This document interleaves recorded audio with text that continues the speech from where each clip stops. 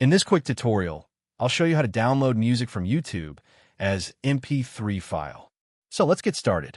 First, head over to YouTube and make sure you're logged in. Click your profile icon in the top right corner, then select YouTube Studio from the drop-down menu.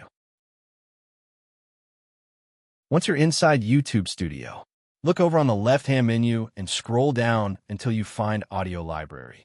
This is where YouTube stores a collection of free tracks you can download and use. And yes, you can save them as MP3 files directly to your computer.